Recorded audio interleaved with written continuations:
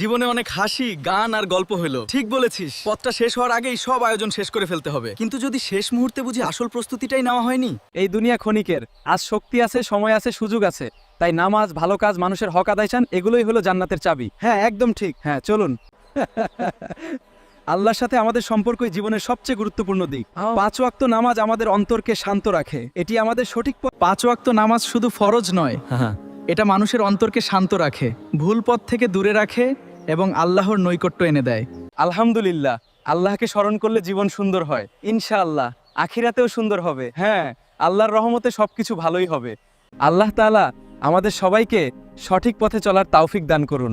5 ওয়াক্ত নামাজ জামাতের সাথে আদায় করার শক্তি দিন এবং ঈমানের সাথে মৃত্যু নসিব করুন।